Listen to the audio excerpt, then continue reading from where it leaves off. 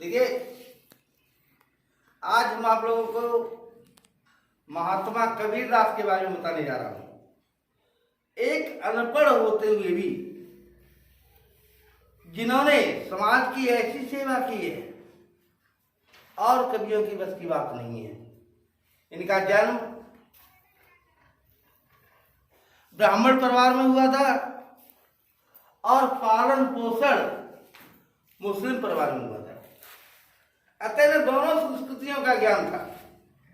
इनके बारे में कहा है कि जना ब्राह्मणी विधवा ने था, काशी सर में त्याग दिया, कांतवाय नीरू निमाने, पालन कबीरा दास किया, रामानंद के परम शिष्य थे, जात पात का भेद मिटाया, पंचमेल खिचड़ी भाषा लिख, निराकार के रूप सिखाया।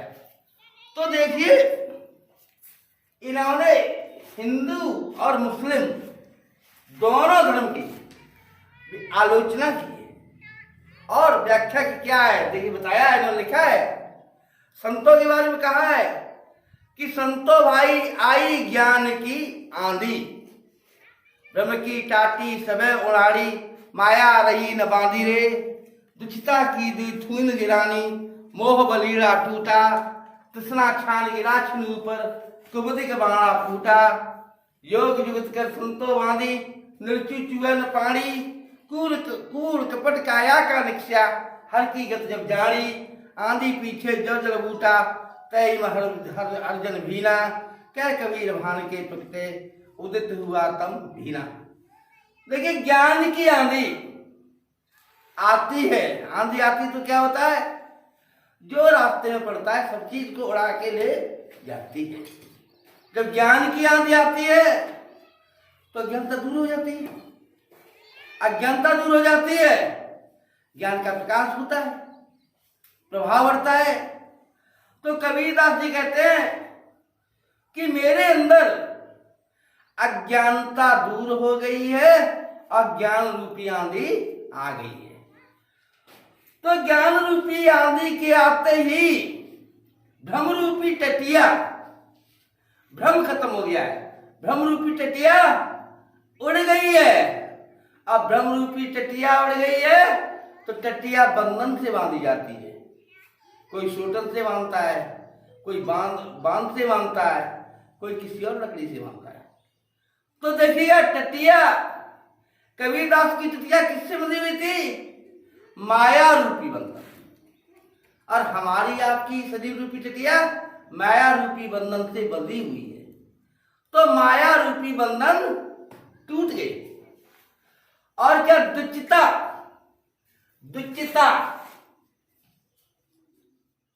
दुचिता माने हित और चित्त, ये इसका। तो हित चित्त जब टटिया रखी जाती है, दो खंभों पर रखी जाती है, दो खंभ होते हैं। तो खंभ कौन से? उस टटिया के हित और चित्त रूपी खंभों पर टटिया टिकी हुई है, वो खंभ टूट गए। मोह बलीड़ा, और दोनों खंभों के बीच में मोह की बल्ली लगी हुई है, वो भी टूट गई है। और टटिया जब खाई जाती है, कोई तो प्यार से खाता है, कोई पतेल से खाता है, कोई उखारी की पाती से खाता है। तो छप्पर कौन सा है? तीव्र इच्छा रूपी खरपतवार से जो टटिया बनी हुई थी, वो टटिया गिर गई। और कुबुद्धि के जो बर्तन रखे थे टटिया के अंदर, वो भी सारे टूट गए। जब ये सारी चीजें दूर हो गई हैं, कहा गया है कि लोग घर में कहते हैं कि दीपक जला दो, यही कहते हैं। आप हमें ये बताइए कि दीपक पहले जलता है या अंधकार पहले भागता है? ये बताइए, दीपक पहले जलता है या अंधकार पहले भागता है? उत्तर नहीं है। आचार्य रजनीश ने भी इसके बारे में डिस्कस किया है कि दीपक जलता है और अंधकार भागता है, दोनों काम एक साथ होते हैं। तो आप कहते हो कि दीपक जला दो, कभी किसी ने कहा अंधेरा भगा दो? किसी भी घर वाले ने कहा हो? क्या कहते? दीपक जला दो। अरे अंधेरा भगा दो, बात तो वही हुई, वो पोजीशन वर्ड हो गया, अंधेरा भगा दो। तो दीपक जलता है, अंधेरा, दोनों काम एक साथ होते हैं। तो कबीरदास कहते हैं ये तो टिटिया हमारी गिर गई, अब मैं नया छप्पर तैयार करता हूं। वो छप्पर कैसा है? योग की युक्ति। योग केशवदास जी ने योग के 8 अंग बताइए। केशवदास जी लिखा है अपने रामचंद्रिका में, जब विश्वामित्र जी भगवान राम और लक्ष्मण को जनकपुरी में ले गए थे, तो महाराज जनक का परिचय देते हुए केशव ने कहा था कि केशव ये मिथिलापति है, जग में जिम कीरत बेल वही है, दान कृपान विधानंत सिगरी बस्ता जिन हाथ लई, अंग 6 शरीर के, आंख, कान, नाक, जिब्या, त्वचा और हाथ पैर, ये शरीर के अंग 7 राज के अंग, हाथी, घोड़ा, ऊंट, सेना, राजा, मंत्री, प्रजा और कोष, ये जो है 7 राज के अंग है। और शरीर के 8 अंग, आसन, प्रण, नियम, संयम, तप, व्यायाम, समाधि आदि, ये योग के 8 अंग बताए गए। तो 8 अंगों द्वारा कहा गया योग की युक्ति से मैंने अपनी टटिया तैयार की है। और जो टटिया तैयार की है, नया छप्पर रख लेते हैं, तो पहले पसार के सोते, निर्चु निवृत्त हो गया हूं, चुए न पानी, अब पानी नहीं चुएगा। कब नहीं चुएगा? कूड़ कपट काया का निश्चया, हर की गति जब जानी। जब मैंने भगवान के बारे में जाना, भगवान के बारे में जब जाना, तो काया का, शरीर का अज्ञानता रूपी कूड़ा निकल गया। और जब आंधी आती है तो पानी भी बरसता है। अब कुतर्क करो, पानी नहीं बरसता है, लेकिन ज्यादा से पानी बरसता है आंधी के बाद। तो ज्ञान रूपी आंधी के आते ही कौन से जल की वर्षा हुई है? प्रेम रूपी जल, प्रेम रूपी जल की वर्षा हुई है, जिसमें कबीरदास जी कहते हैं कि ये मनुष्य, मैं तृप्त हो गया हूं, भीग गया। अब कबीरदास जी कहते हैं कि ज्ञान रूपी सूर्य के प्रकट होते ही अज्ञान रूपी अंधकार दूर हो गया। इस विशेष में देखिएगा, रूपक अलंकार, खिचड़ी भाषा का प्रयोग, समाज को सुधारने की चेष्टा, भक्त रस, निराकार ब्रह्म की विवेक, निराकार ब्रह्म का वर्णन, सब शक्ति लक्षणा, गुण, प्रसाद, छंद, गीत।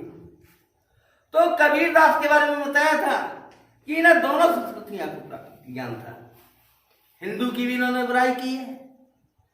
कहा है कि अरे इन दो न रहा न पाई, न हिंदू को राह मिली न मुसलमान को राह मिली, अरे इन दो न रहा न पाई। हिंदू अपनी करे बड़ाई, गागर छू न दे, अब वैश्या के चरण तर सोवे ये देखो हिंदुआई, इन दो न रहा न पाई। तो कोई आता है, कहता है मेरा लोटा छूट गया, छुआ खेल। और जब वैश्या के जाते हो, मुजराम जाते हो, वहां छुआ, उससे पूछा तुम्हारी कौन सी जाते है? कहीं पूछा नहीं, किस हिंदू ने पूछा? मेरे को जवाब दे, पूछा तेरी कौन सी जात है? वैश्या तो तब जात पांच सब दूर। मुसलमान के पीर अवलिया मुर्गा मुर्गी खाई, अखाड़ा केरी बेटी बहन, मौसी की बिटिया शादी कर ली घर में। जो मौसी बिटिया कौन हुई? बहन। माँ की मामा बिटिया कौन हुई? बहन। वह बिटिया कौन हुई? बहन। जो बहन के साथ शादी करते, क्या है इनका धर्म? कहते हैं हमारा इस्लाम धर्म बड़ा, हिंदू कहते हैं मेरा हिंदू धर्म बड़ा है। सन 1893 ईस्वी में जब विश्व धर्म सम्मेलन हुआ था तो स्वामी विवेकानंद जी गए थे अमेरिका, शिकागो। तो उन्होंने लेक्चर दिया था।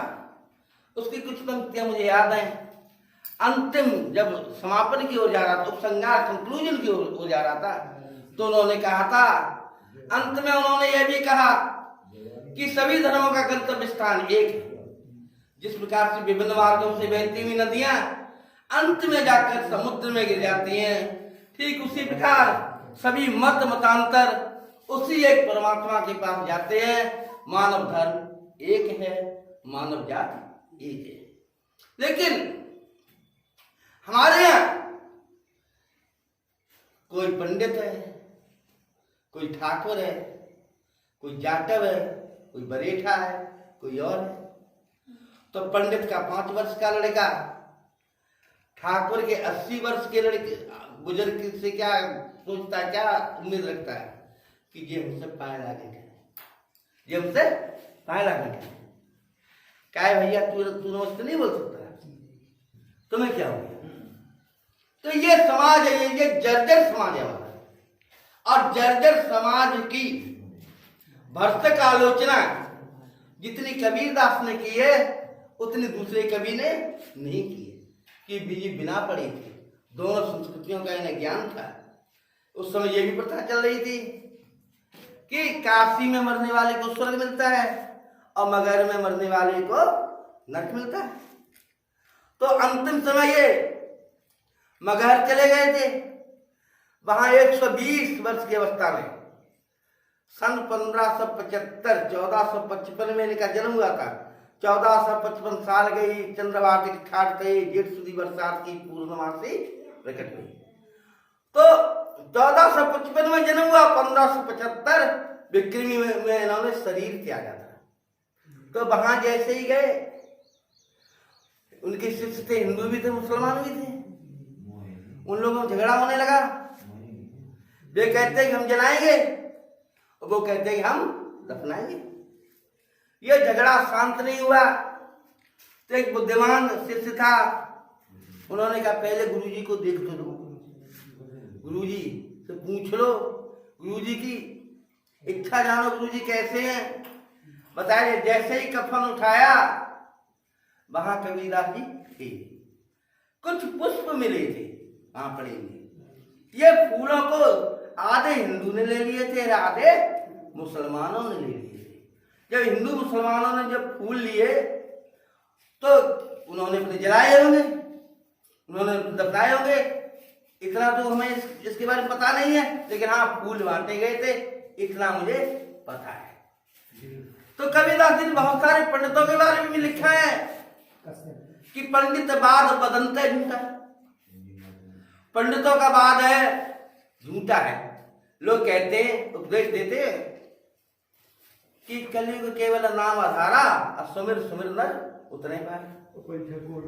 अगर भगवान का नाम लेने से खाड़ कहे मुख नहीं मीठा, अगर भगवान का नाम लेते ही अगर मनुष्य को स्वर्ग मिल जाता है, तो चीनी का नाम लेते ही मुख में मिठास क्यों नहीं आ जाता है? किसी के मुख में मिठास आया, बोलिए चीनी मिठास आ जाए। बोलो भोजन, भूख शांत हो जाएगी, हो जाएगी, पानी प्यास बुझ जाएगी। अगर ये चीजें हो जाए तो भगवान का नाम लेने से आदमी कर सकता है। लेकिन भगवान ने क्या कहा कि मेरे पद चिन्हों पर आप चलने की कोशिश करिए, तब तो बेड़ा पार होगा। नाम लेने से बेड़ा पार नहीं होगा। देहाती का कहावत है कि मुड़कियां मछलियां तो गंगा जी में रहती है, अगर नाम लेने से ही तर जाए तो उन्हें स्वर्ग मिले, स्वर्ग में जगह ही नहीं रहेगी। लेकिन ऐसा नहीं है, नाम लेने से नहीं तरेगा। उनके आचरण करिए, उनके अनुयायी बनिए, उनकी बात मानिए, तो बनेगा। चोरी करने जाओ, किसी की स्त्री का अपहरण करने जाओ, अब कहो हे राम मेरी रक्षा करो, वो तो रक्षा करेंगे। अरे उनकी स्त्री चुराई गई तो उन्होंने तो मार दिया था रावण को, तो आज अच्छा वो कैसे करेंगे? बुरा काम तो बुरा होता है, अच्छा काम अच्छा होता है। सदकर्म करिए, कर्म। और एक बात और है, कबीर के अनुसार बताते जब समय खराब आता है तो बुद्धि भी आदमी की भ्रष्ट हो जाती है। तुलसीदास ने लिखा है कि भला कहां संसार में हुआ स्वर्ण कुरन। सोने का कभी मृग होते हैं? सोना चलता है, सोने में जान होती है? नहीं होती। सोना तो एक धातु है, मटेरियल है, मटेरियल में जान होती नहीं होती है, तो सोने की मृग कहां से है? यानी विनाश काले विपरीत बुद्धि। जब समय आता तो बुद्धि भी खराब हो जाती है। और सीता का समय खराब आया, उन्होंने सोने के हिरण मारने की आज्ञा दी, सीता का हरण हुआ, रिजल्ट तो सामने आ ही गया है। आदौ राम तपो बना दगम हत्ता मन कांचनम वैदेयम जटायुमणम सुग्रीव संवासनम बालीन्द्रदलनम समुद्रम लंकापुरी दायनम पश्चात आवर्तम कर्ण अनंत इत्यादि रामायण। रामायण एक ही क्षण में पूरी हो गई है। विनोद सरकार एक राम हता, एक राम हतो, एक रावण, एक ही सूरत में रामायण हो गई है। लेकिन इससे फायदा क्या? फायदा क्या इससे? कहा है कि बिहारा बिहारी की बिहार वाटिका में चाहे सूर्य की कुटी में आसन जमाइए, केसर की कुंज में किलोल केल कीजिए, तुलसी के मानसों में डुबकी लगाइए, देव की दरी में तो देवता निहारिए, या भूषण की सेना के सिपाही बन जाइए, और वासावासियों से मिलेगा मनमना सुख, हिंदी के हिडोले में जरा तो बैठ जाइए। मानस के अंदर जितनी आप घुसोगे उतना अनेक ज्ञान होगा, निकल नहीं पाओगे। जंगल में आदमी घुसता रास्ता ढूंढने में असमर्थ हो जाता है, उसी प्रकार इस मानस में जितने आप घुसोगे उतनी आपको दक्षता मिलेगी। एक किताब को एक बार पढ़ो, दोबारा किताब पढ़ोगे, पढ़ने में मन नहीं लगेगा। रामचरितमानस का जितनी बार अध्ययन करोगे उसमें अनोखा लाभ मिलेगा। अध्ययन करिए उसका, क्योंकि ये जंगल ग्रंथ है। और रामचरितमानस जैसा महाकाव्य आज तक विश्व हिंदी साहित्य में नहीं लिखा गया है। और विश्व हिंदी साहित्य में परिचय देने के लिए तुलसीदास का अकेला रामचरितमानस ही पर्याप्त है। इनके अलावा रचना 14 और भी नहीं। तो ऐसे कवि हुए हैं, इन्होंने सगुण ब्रह्म भी दिखाया है तुलसीदास ने, निर्गुण ब्रह्म भी दिखाया है, 7 कांडों में लिखा है। कबीरदास ने निराकार दिखाया है, लेकिन उन्होंने साकार भी दिखाया है। जब कलयुग वर्णन जब किया है कागभूषण जी ने गरुड़ जी के सामने, जब शिव स्तुति की है, तो वहां बताया नमामि स्मीशा निर्वाण रूपम विभुम व्याप्तम ब्रह्म वेदस रूपम, विभुम व्याप्तम ब्रह्म वेदस रूपम, निराकार ओंकार मूलम तुरीयम, गिराकार मूर्ति मीशम गिरीशम करालम महाकाल कालम कृपालम, गुणाकार संसार पारम नतोम तुषार संकाश गौरम गंभीरम, मनोभूत कोटि प्रभा श्री शरीरम। इस ब्रह्मल कल्लोल नीचार गंगा सदवाला वाले कंटे गंगा चलत कुंडम सुनेत्रम सालम प्रसन्नानंदम नीलकंठम दयालम। ये पूरी स्तुति निराकार है, साकार नहीं है। तो निराकार और साकार दो ब्रह्म है। साकार को भी मानिए, निराकार को भी। साकार में आधार है और निराकार में आधार नहीं है, इसलिए निराकार सफल नहीं है।